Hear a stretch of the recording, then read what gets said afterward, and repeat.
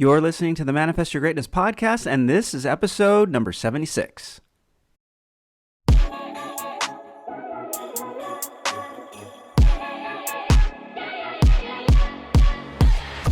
you have a goal that you'd love to accomplish, but just don't know where to start? Or maybe you've gotten off to a great start, but just can't seem to get out of first gear? I'm Curtis J. Washington, founder of the Manifest Your Greatness coaching program. And I've helped people from all walks of life manifest the greatness that they already possess deep inside. If you are committed to taking the steps required to become the best version of yourself, you've come to the right place. This is the Manifest Your Greatness podcast.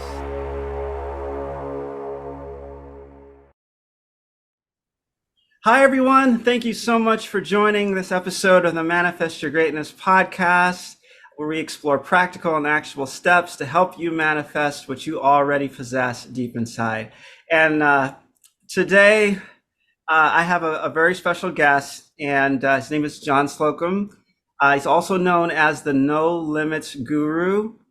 He is the author of The Science of Feeling Good, and he is also the mind behind the revolutionary blend method and lab system, which we will delve into in a lot more detail in our talk today. But John's incredible journey from healing from a stroke and childhood trauma is just also such a testament to the power of his methods. So, John, I'm such a great fan of your work, and what you've done is just something truly amazing. And it's for anyone looking for a simplified approach to how anyone can live a more fulfilling and joyful life. You've brought such a great way for people to really experience that in your work. So thank you so much, and I cannot wait for the audience to learn more. So John, thank you so much for being on the Manifest Your Greatness podcast. Well, thanks for being here. It's always a pleasure. I love to see the energy that you bring, the wonderful smile. That it's contagious, man, and I look forward to the conversation. It's wonderful to be here. Thank you. So before we get into the work that you've done, I was kind of thinking it might be helpful to help people understand how you arrived at the methods and the work that you've put together. You have one wonderful book out that we're going to also talk about here, called The Science of Feeling Good. Another one on the way. If you wouldn't mind sharing with us kind of how did you come across, and how were you able to formulate, what drove you to formulate the blend method and lab system? Okay, that's a good place to start.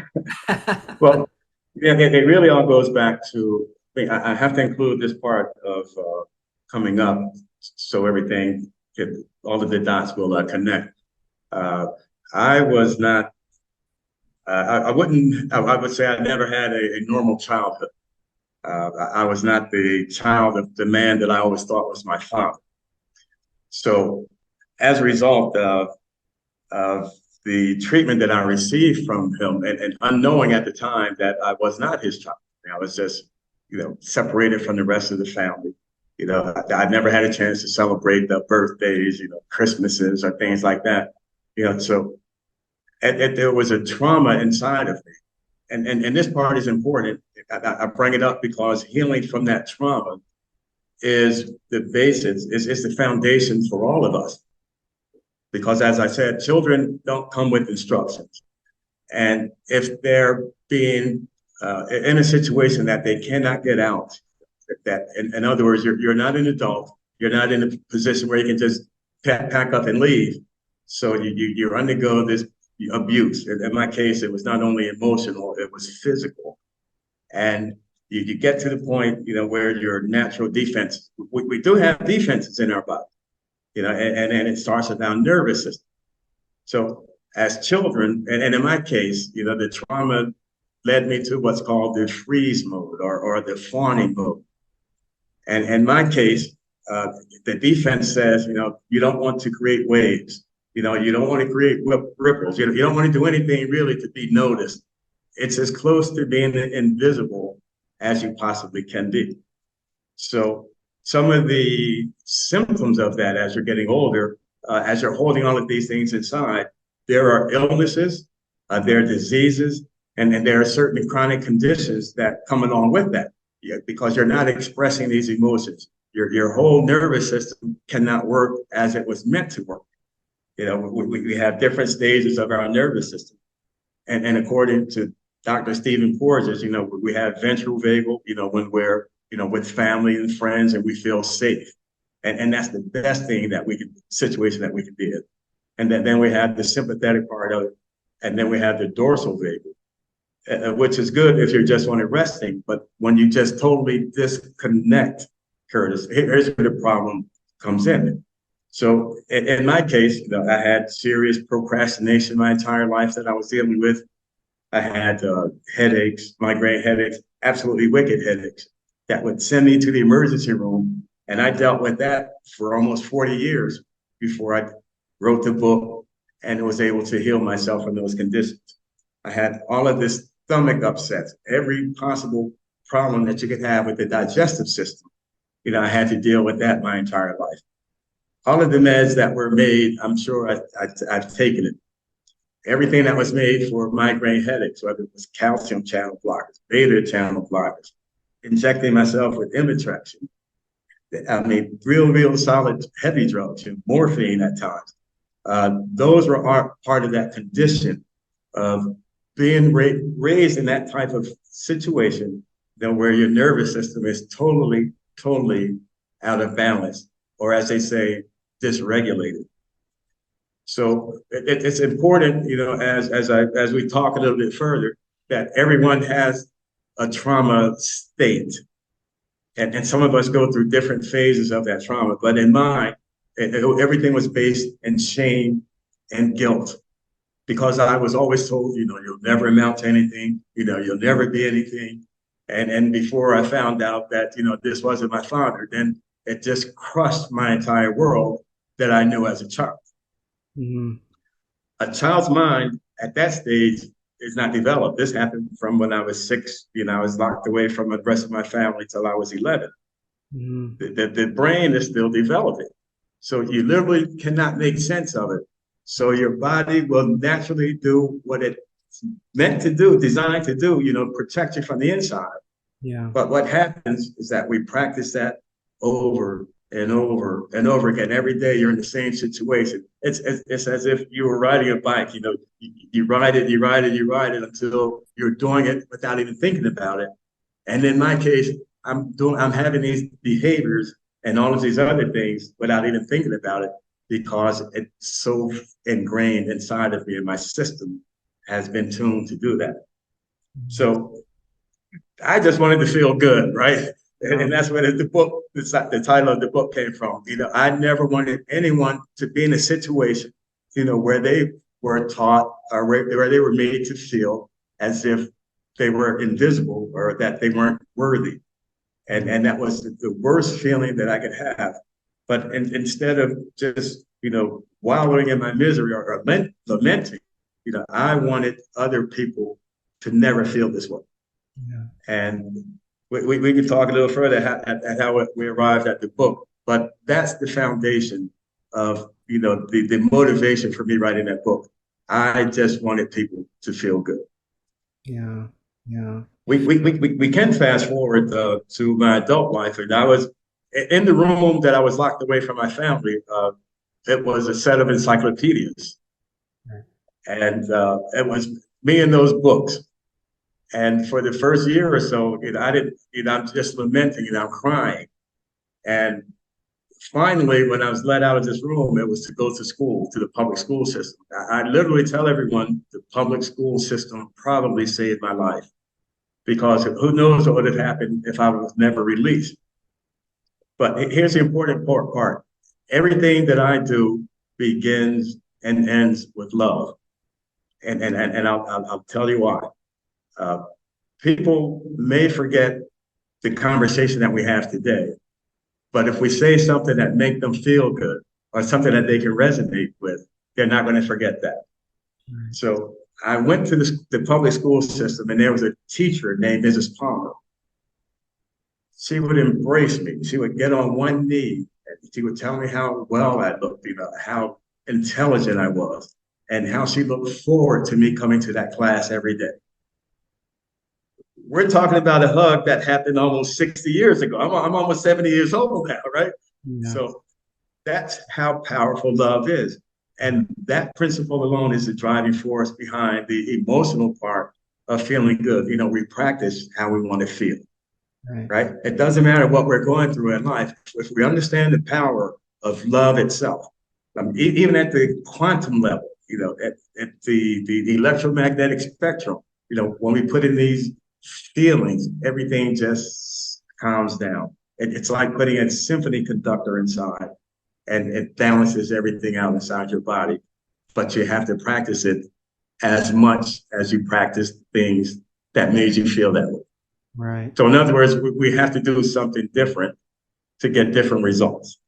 And we can elaborate on that a little bit further. I need to take a little break here.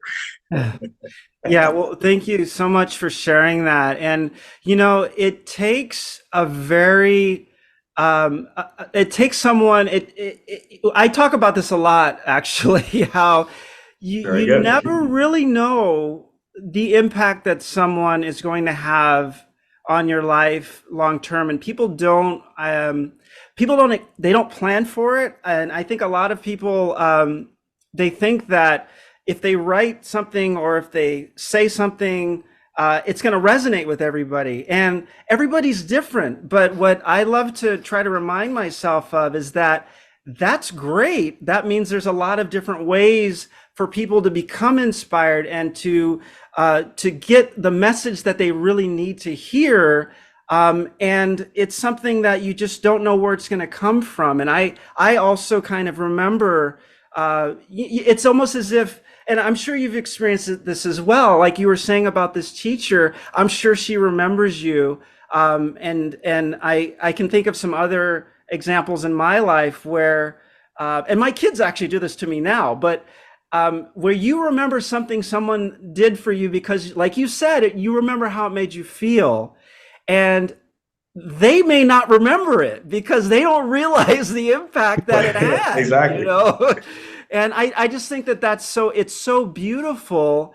And that's why I think that what you're doing and the work that you've put together is so important, because we have no idea what is going to kind of be that tipping point for people where they finally have something that they can look at that really resonates with them, and they can say, now I get it. This makes sense, and I think it's so beautiful, and how you've made this so approachable in your work and in just your first book. And I can't wait to see what you're going to put out soon. But yeah, I think that I'd love to, if it's okay with you, to maybe kind of talk about, because you broke it down so simply. People talk about, just simple things like, oh, your heart and your brain, and how, I think the most commonly heard argument about how they all kind of relate is, oh, well, your heart's more emotional and your brain's more logical. And it's like, we have so much proof showing us that it's not nearly that simple. There's messages going both ways. There's so much information coming from the heart that is informing the brain. And what you put out has been it explains it so beautifully and so simply. And I was wondering if you wouldn't mind kind of maybe sharing that relationship, and how it's so much is available to us if we just kind of look at this it's a really basic picture. It's a really basic understanding, and it can make a world of difference, right? Absolutely. I mean, and you're really hitting on some great points, but it really comes back to, getting balance internally, and turning off your natural defense mechanisms. You can think of it as your little guardian inside. Yeah. And he's going to take care of you, even if you don't know how. Right. And, the technical term is neuroception. our body will pick up dangers and will do whatever it needs to do to make us feel that we're at least safe for that moment. So regardless of what happens, if we don't understand our trauma type, or if in my case, I had a lot of what they call adverse childhood experiences that you can actually get these scored. If you go to a website called ACES Too High, ACES Too High, you can literally take this test and see, your background and some of the things that continue to happen to you over and over again, despite knowing that what's going on in the heart, despite knowing the law of attraction, despite, visualizations and affirmations. Some of us, we can mantra ourselves to death. But if this system is dysregulated, it's going to go right back to what it knows, because it did this all of the time without your input. So it's almost like you have to prove to yourself that you're ready to go to the next level. And then that's by understanding where you are and taking the steps so that you can heal. Healing is a big part of it, and love is the driving force. But let's talk about the heart and how that connects to everything else. The heart of all our organs is the first one. It's the only organ that can operate independent of the brain. It has its own nervous system. It even has its own memory. There's a famous account of a woman receiving a transplant from it. This guy was a motorcycle rider. He was in a motorcycle gang, I should say, and he loved to drink beer and he loved to eat at one of the fast food places. And this woman was a health nut. She did everything to keep herself in shape. But when she received the heart from this man, all of a sudden she's drinking beer and eating fast food. And in another case to prove this point, there's a young woman who received a heart from a child that had been, unfortunately, had been murdered.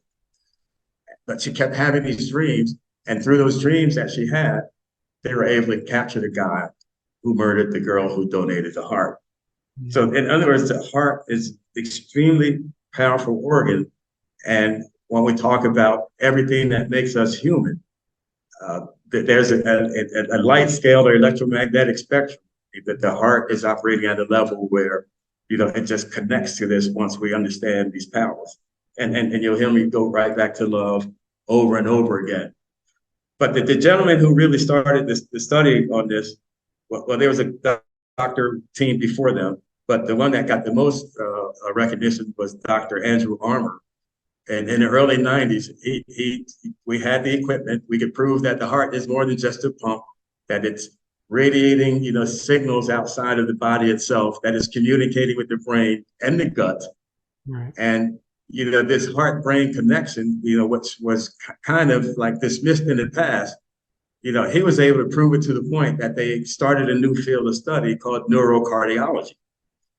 So neurocardiology was started because of Dr. Andrew Armour and the doctor and husband and wife team before him.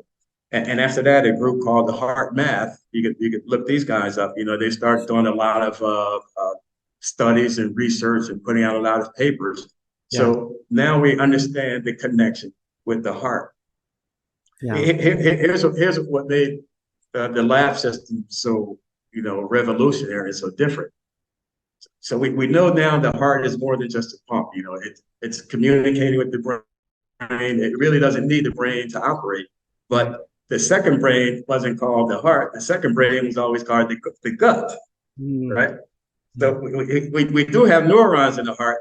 There's about 40,000 neurons in the heart, but there's literally millions of neurons in our gut. Most of our serotonin, 90% of our serotonin is in the gut. Over 70% of our immune system is in the gut. So, even though we know these things about the heart, we have to understand the connection, with the brain and the gut and get them to operate as one. And then we do that by getting the nervous system to calm down. And then we do that with our breath. Mm-hmm. All of the things that we need to be the best person that we are, to be who we really are, and that's energy. I mean, we are pure energy, and I'll certainly bring some points to really prove that, at least how I feel about it. We are pure energy, so we get the heart, the brain, and the gut working together at an energetic level, And you see it's love when we combine it with our breath. I call them energetic emotional expressions. So when we put these energetic emotional expressions into the mix, in other words, we're literally visualizing or we're feeling what would it feel like if all of my problems were solved? What would it feel like if I had no more pain? What would it feel like if there was no more suffering? What would it feel like if the entire world was just this utopian paradise? So if we can embrace those feelings and then combine it, with the heart and the brain and the gut, and with our mantras and our visualization and everything else, you'll see the whole nervous system calm down. And what we want to do is practice that feeling over and over again until it just becomes part of who we are, and we don't have to think about it anymore. My friend, once I understood this and combined these together, the first thing that went away was the migraine headaches. Yeah. I mean, spontaneously, it's like a spontaneous healing event. The second thing that went away was the gut problems that I had. I was taking no more medicines anymore, and then this third thing that came about was suddenly I became interested in healing from the inside out. Yeah. And because I had energy to do this now, yeah, I can actually address it. Yeah. But here's the cherry on top of everything else. Once the nervous system is dysregulated and you have everything going on inside, what makes us really who we are, and the seat of consciousness right here for us beside the heart, it's right in the front of our brain, the prefrontal cortex. This is how we make our plans. This is how we control our emotions. This controls so much of our memories. And it's the seat besides the heart itself of who we are. So every time we know we're dysregulated, we're anxious, or we're depressed, we literally lose some of that connection to that prefrontal cortex. Right. And without that, you may make decisions that you wish you could take back because you cannot think them through. Not because you don't want to, you just don't have the connections or you don't have the energy to do that. And if you practice, and I keep saying practice, that any situation that's happening to us over and over again, whether we're consciously practicing that or not, our body receives it as, this is something that I need to make this a habit. Right. We're doing it over and over again. We don't have to waste energy, creating new brain cells and new neuronic pathways. This is the way it is. Right. So we literally overwrite that when we make the connection again and we're practicing these good feelings. And eventually, what you've done, you literally rewired the brain and you've opened those connections back to this part of the brain. And at this point, my friend, you're either a creator or a reactor. You're either creating or reacting. And it's no accident that those words, the letters are the same in both of those words. Creator, reactor uses the same letters. Creating, reacting uses the same letters. So once you connect here, you're becoming a creator. Now your imagination becomes re-engaged. Your ability to be creative, is re-engaged. Your ability to create new social connections is re-engaged because your social connections are here also. And not to get too technical, but we talked about the different stages of the nervous system. Well, it's directly connected to the prefrontal cortex. We have dorsal, lateral, medial, prefrontal cortex, and we have the ventral vagal prefrontal cortex. So once we re-engage those, you're operating at a totally different level. You're no longer operating at what we call survival mode. And on the electromagnetic scale, that would be operating in the light mode, what we can see. What we can see is light. That's the only thing that we can see on this electromagnetic spectrum. But all of the energy, everything that makes us who we are, is outside of our ability to see it. Mm-hmm.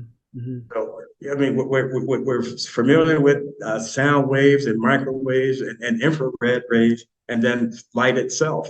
And we're going right up on the electromagnetic spectrum. But then from there, we have UV rays. We might be familiar with that we get it from the sun. Yep. We have X-rays next. I mean, that's ability to see right through us, right? And then we have gamma rays, and then we're talking nuclear energy. Mhm. So we have all of this inside of us. And as a matter of fact, let me just correct that. We don't have that inside of us. That's what we are. We're literally that energy. So if we're only focused on that 1%, less than 1% of light, we're really not being able to use the energy and the power that we have available to us. Right. The lab system says everything we need is inside of us. The Right. blend method says everything we need is inside of us, and it operates on this magnetic scale. Right. And we have trillions of cells in our body.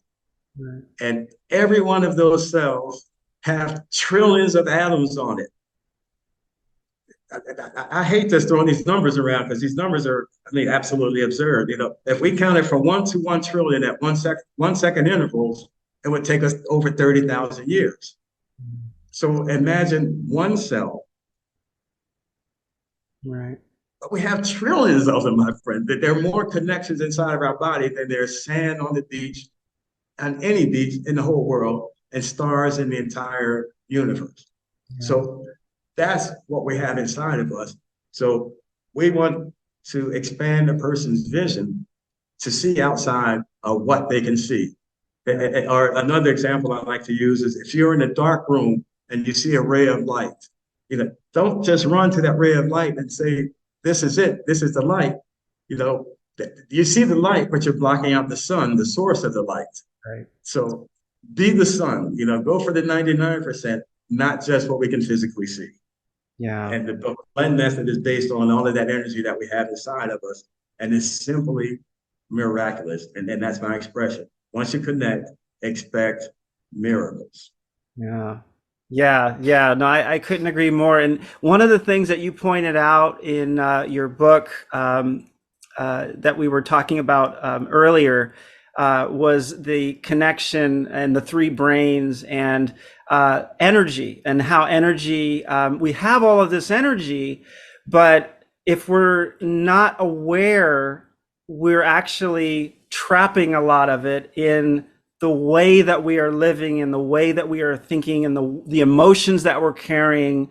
And basically that's untapped energy that is also draining, exactly like you said, that ability to connect with our prefrontal cortex, to have access to our entire faculty, to be able, our mental faculty, and be able to express ourselves fully, right? And it's this method and everything that you were talking about, there's so much under our control to begin releasing that energy and making it available again for us. It was when we were born, and it was, just kind of slowly, taken away because of the, either the traumas that we went through or the ways that we, like you said, that the defender in us, sometimes could overdo it, right? I mean, if we put ourselves in a situation where we're stressed all the time, we think we are closed up and protected, but what we're really doing is we're eating ourselves up from the inside, From the inside, yes, you are. So, and that energy, which you were saying, the process and the methods, and being able to release that, all of the like you were mentioning, the serotonin in the gut and oxytocins and endorphins, all these other hormones and energy that can be released, it becomes available. But if we're in a constant state of, like you were saying, freeze, or if we're stressed all the time, or if we are bottling ourselves up and not letting our true emotions out, and we're not exploring, what,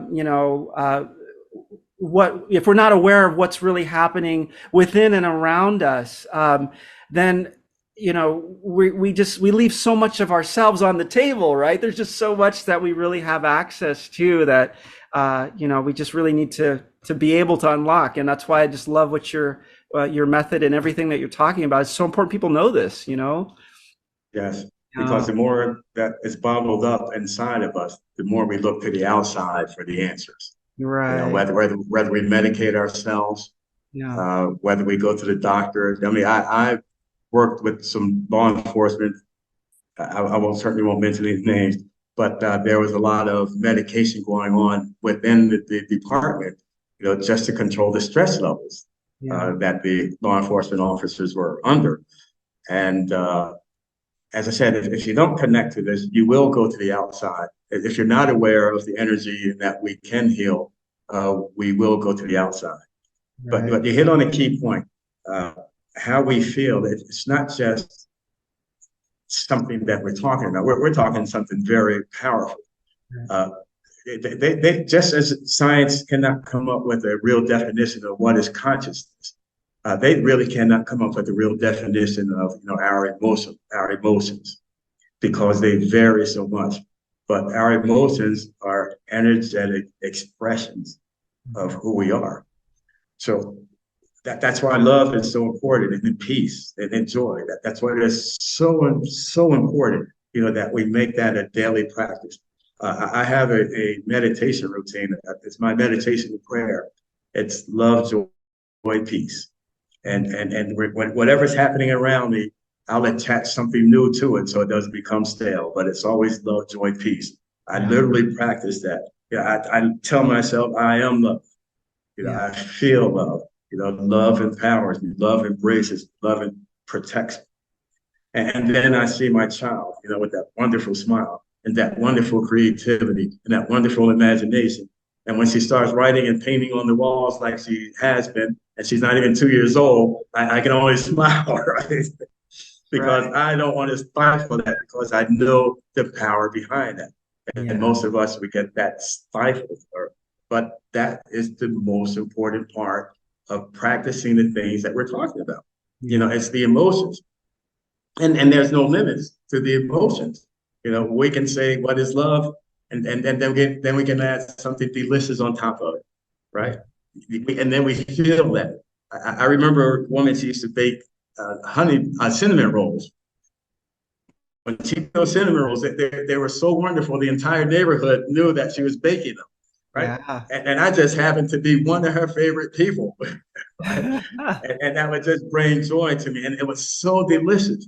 And so when I do my prayer and meditation, I think of that delicious feeling on top of the love.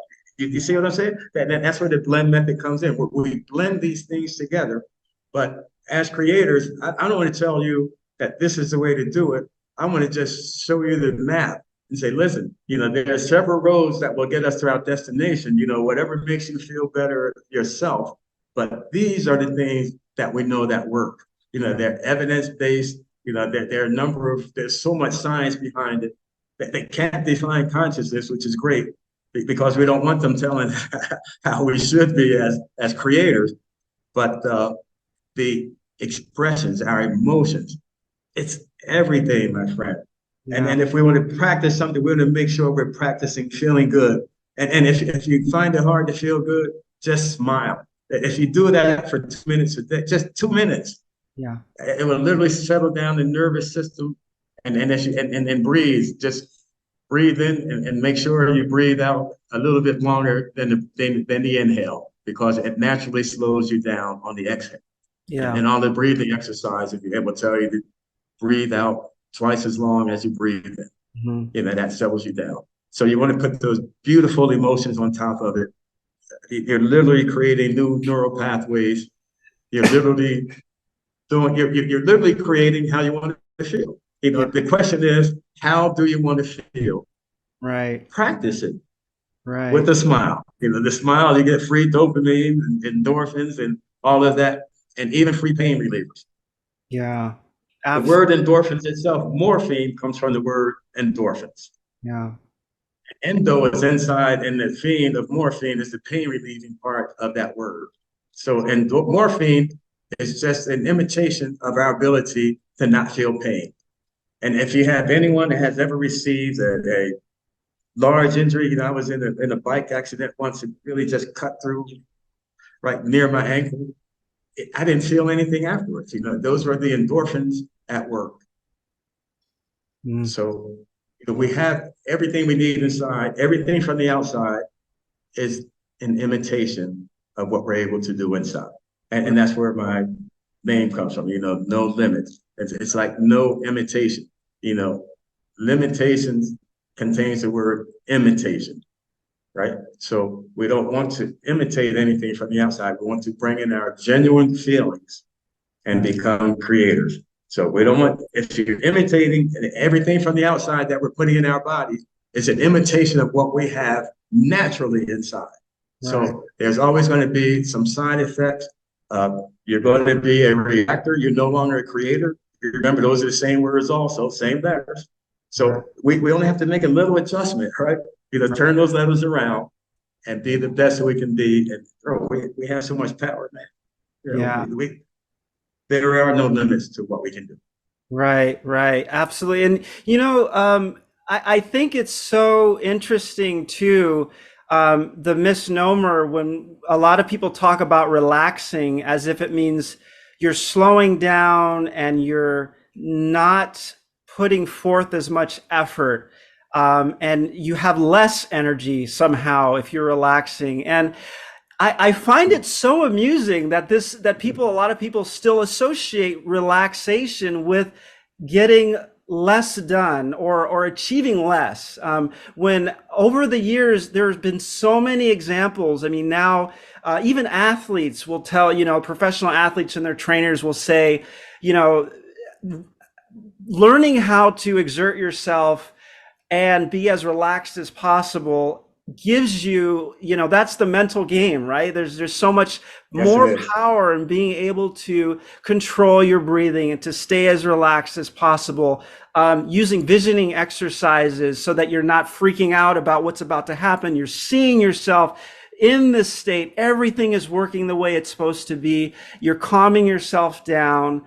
And I think it's really unfortunate that so many people haven't realized that by getting control of that resting state, that state of relaxation, and letting your body and your mind, and with the help of your breath, and getting, like you were saying, those three brains aligned through, really getting your emotional state to a higher level.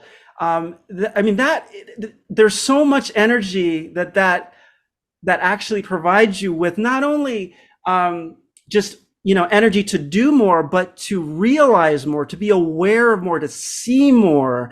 And, I think that's exactly like you're saying, that the realizing of what you're really capable of, if you don't have access to everything that you were born with, you're not going to have an opportunity to use it all. And by being able to relax and being able to use a lot of these methods that you're teaching, I think is, that's, like you're saying, it's all there if we just know kind of what we're looking for. And, exactly like we were saying about, when you can't think of something to get your emotional state higher, you have to be creative sometimes, but there's always something, like you were saying, the cinnamon rolls. I'm excited about just hearing that. Like, I know what the smell of cinnamon rolls is like. That smells, and I'm getting, I can feel the deliciousness. Yes. So I do the same thing when I get frustrated with work or something. I first of all, exactly like you're saying, I'll try to smile and I'll say, I'm thankful that I'm here and I have the opportunity to be frustrated about what I'm working on, which is actually what I chose to do. And then I start to back into it. It's like, wait a minute. There's really nothing here that, that is negative. All that is negative is the way I'm interpreting what's in front of me right now. And going from the inside and I love the quote that you have in your book from Bashar that says, waiting for circumstances to change, so that you can feel good is like looking in a mirror and waiting for your reflection to smile first, right? That's right. You go the other way. I love that one too, man. So I just think it's beautiful. I think it's beautiful. I was just curious. We have so many. This is amazing because every time we talk, I get this feeling as if we've been talking all this time, but we've just been in different rooms and maybe we've been talking to each other, not knowing who's on the other side of the wall. But you mentioned, isn't that amazing? It is. I mean, you mentioned the Heart Math Institute. And I was actually introduced to that through Dr. Greg Braden and some of his work. Okay. I actually have the Inner Balance app here from Very HeartMath. good. Your heart. And Very I good. was just thinking, some people may wonder, how do you know how where your state is, or how you're, where you are? I mean, definitely a lot of this. You don't have to have any of these things, but if you're aware of your breath, then obviously that's going to be very helpful for you to kind of understand where you are emotionally. You'll be able to start feeling things better. But there's so many other, like this, the HeartMath Institute, they've got free information on their website as well about Yes. how to tune Yes. into yourself. So the resources are there. We have the capability. It's just, more and more people just need to know, right? That there's so much Yeah. that we can And do. I Yeah. love that tool that you have there, that Art Math produce. There's Doesn't a few lie, other companies. right? Yeah, yeah, it really does. And it spurred on. I actually just met the president of a company. They have an app where you're able to scan your eyes. They're using, I guess, iridology, and Yeah. it's like taking a selfie, and in like 10, 20 seconds, it actually gives you all of your vitals. It gives you your oxygen level. It tells you if you're deficient in vitamins and minerals. And Wow. they've, I mean, this is something ready. I mean, this hasn't even been introduced to the market yet. Just through the book that I wrote, this guy reached out to me and said, "Are you aware of this?" I talked to another gentleman who created a machine that works with frequencies and vibrations, and he studied 800 different levels of vibrations concerning, I mean, the cells, the actual cells themselves. As he explained it to me, each of our cells are like little batteries, and if they're not working well, this system can detect it, and they just gives it the energy. It's like giving a battery a jump, and it just introduces the frequencies and the vibrations to it. And it goes all the way back to Nikola Tesla. And listen, these are things that are getting ready to come on the market so we can understand our true state inside. Right. But, my thing was I wanted to create something that left no one behind. All of these things, there's a price attached to it. Right. Right. We all have to breathe.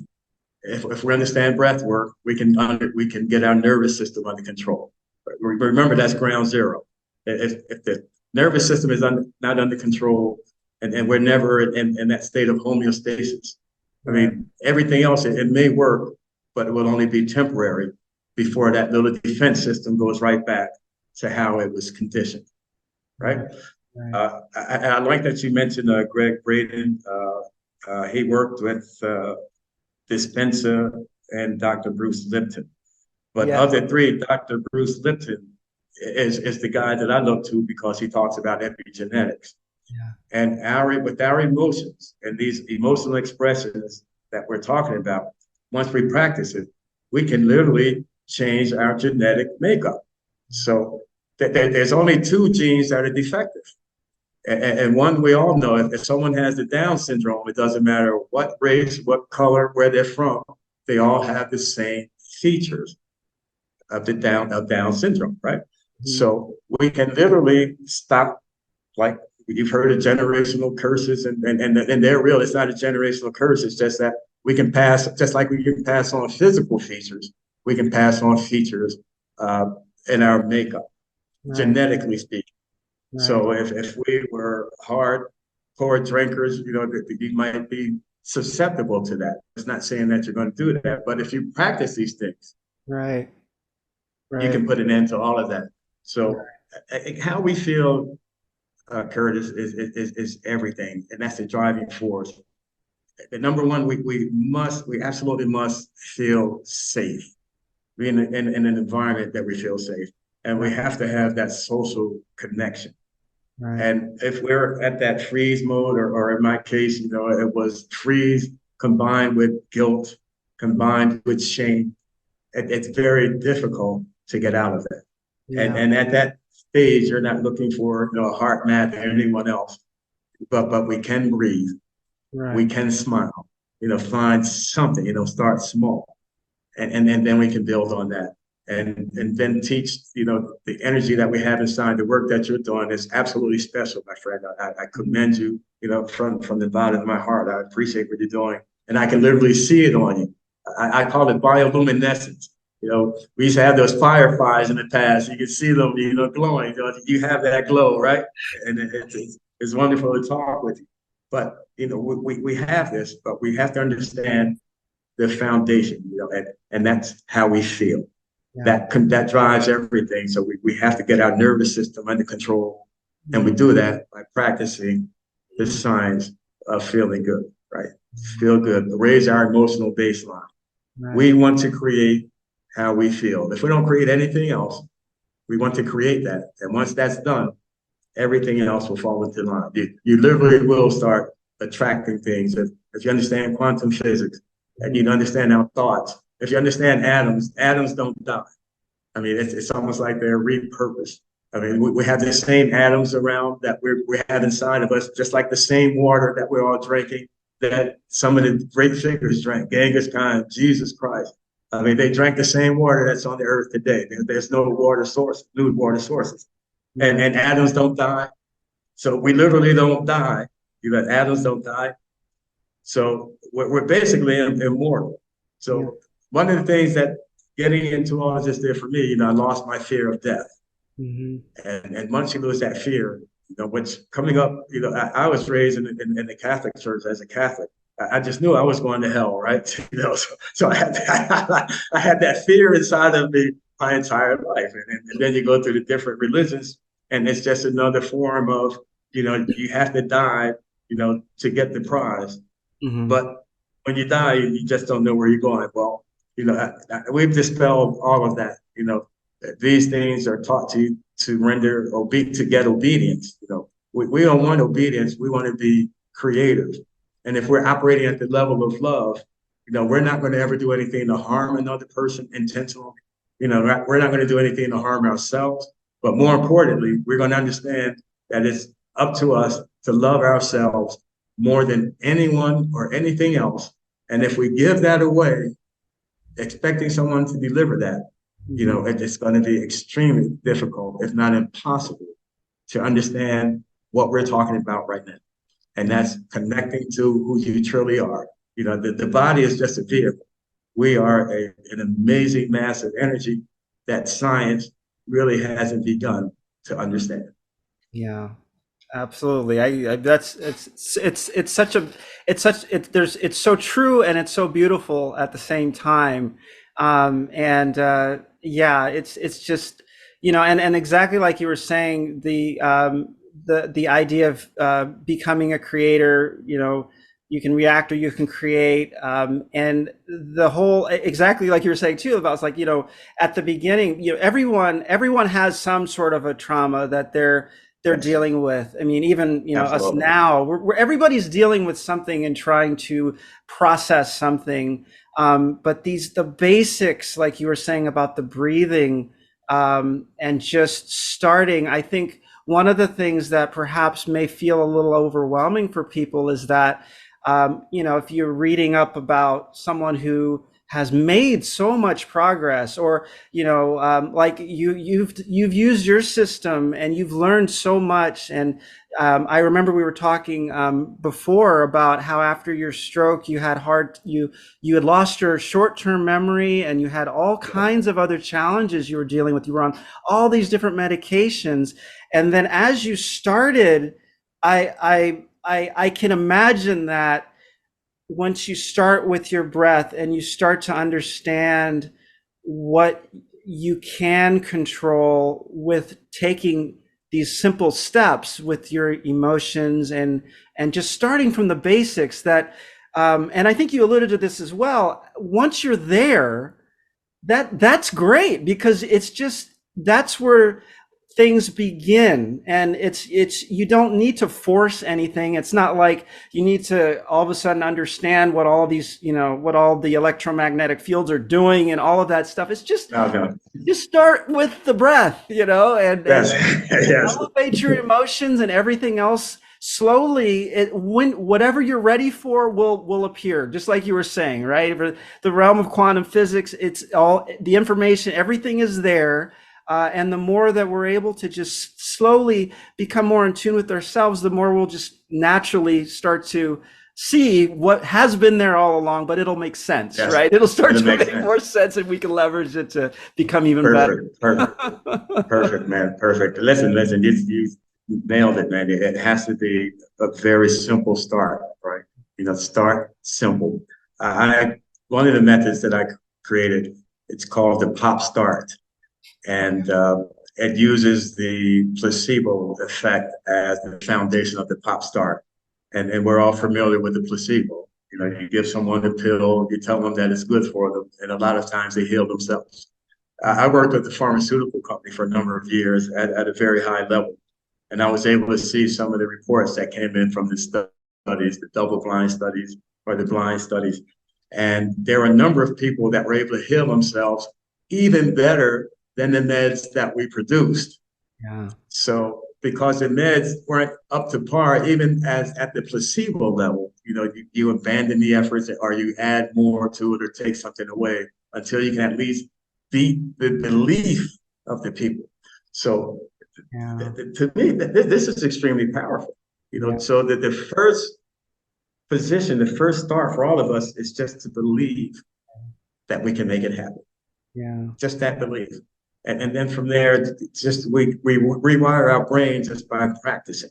Right. So the power of placebo, the POP, the power of practice, POP, that pop start, the power of persistence, the power of prayer. Yeah, I believe in prayer and praise, right? And the power of perseverance. So, I call it, get popping, get a pop start, get popping. But it's really just the mental preparation, just believe that you can do this. And after you do it so many times, and then you believe that, then you start understanding that you deserve this. So Right. once you go from the belief to I deserve this, and then you go from I deserve this to I know this now. Yeah. And once you get to that knowing stage, the breath and everything else, like you said, you mentioned the meds, I did have that stroke, but I already knew about these systems, I created, I knew that I can get over these things. What really the stroke was the impetus behind it all. The stroke brought it all together. But I already knew just from my childhood and that trauma that I was in, that I wanted to do something to have an impact on the entire world. I wanted everyone to be able to feel good. But as you said, the trauma, and we're all dealing with certain aspects of it. I had a young woman tell me that, she was never traumatized, but she was a perfectionist. Mm. And I explained to her, what a trauma response was. And she said, well, I guess we all have some type of trauma, right? So Yes. it doesn't have to be as in your face as mine was, and you don't have to have an A score of 8 or 9, which says that you should never amount to anything, as far as psychologists understand it. Yeah. But listen, there's a compassion prison project. They're working with the nervous system and helping individuals understand the stress and trauma. Yeah. And I found it interesting that over 90% of these guys had scored very high on these adverse childhood experiences. Yeah. So the best thing that we can do, you and I, especially as parents, is to heal ourselves so we don't pass that on to our children. And then they can become real difference makers in the world. So, it all starts with the breath. It's the first thing we did when we entered this world. And if we don't take that first breath, our mothers are grieving. Right. And it's the last thing that we do before we exit this world. So it's that important. It really literally is life or death for us. Yeah. And then the way we feel, when we can feel ourselves sick, just like we can feel ourselves well, if we ruminate and go over things that happen to us, woe is me over and over again. And I understand that I was in that cycle. I during that stroke stage, I slept on the couch for over 2 years. Mhm. Just me lamenting, and until one day, it's like, wake up, get out of this. Yeah. But we really need to take charge, and the breath is that simple step that we need. I say a breath and a smile.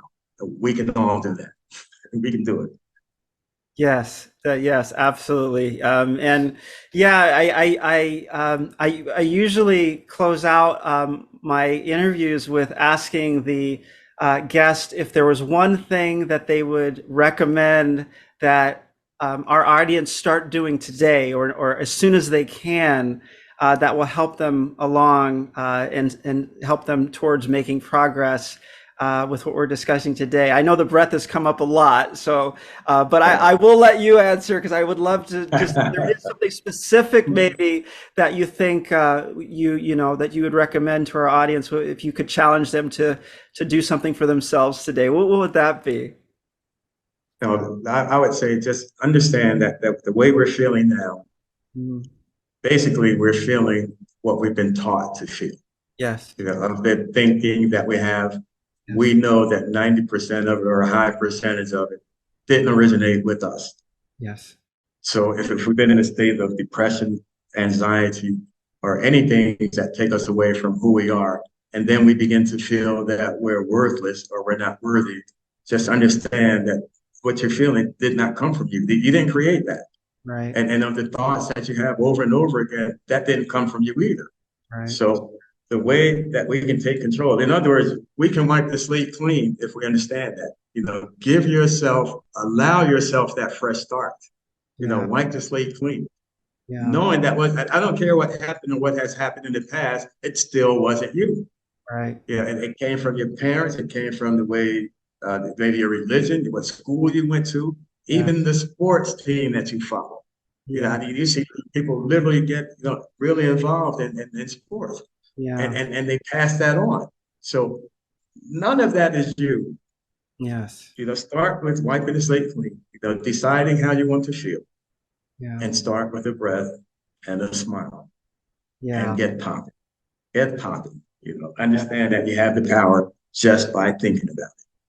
Absolutely. That's beautifully said. And just, kind of to piggyback on that as well, and you mentioned this as well about, I know epigenetics can be a whole other podcast episode, Yes, yes, but yes. but one thing that it just exactly as you're saying, like, we have grown up in environments and what we believed growing up and what we believe now, a lot of it, uh, we did these are not the thoughts that we have, they're not ours. Yeah. The music we listen to tells us things, the media tells us things. There are so many inputs out there that are trying to tell us that we are incomplete without whatever that is. I don't know. And this is it, just like you said, this, take control, a breath and a smile. I mean, that is just beautiful. So I would like to also say, to people, think about your environment because it does, if you find yourself surrounded with things that are giving you negative emotions, really take a look at what's around you and start making some changes. Start, like you were saying about, I can totally relate to what you're saying about sports because I was a huge fan of one of my of basketball and football. I had my favorite teams, and then one day I started to realize that they could win or they could lose. That's not me. It's not That's me. right. They're not going to call me up and say, Curtis, did you see me play? Did you see what I Right, right. did? They've got their own life, their own family, and I've got to find meaning and importance in my surroundings. And that's where my joy needs to come from. And Right, right. Not from my sports team.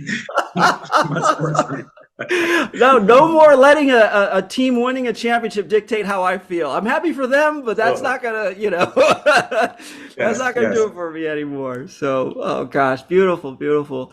Well, thank you so much. And I absolutely want to make sure everyone knows where to find more about you, more about what you're working on. What is the best way for our audience to really keep track of all the wonderful things that you're doing?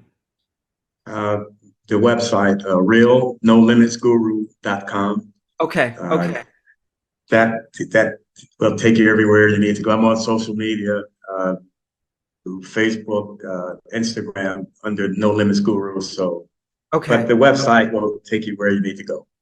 All right. Well, I'll be sure to share that in the summary as well, so everybody will have a link to that.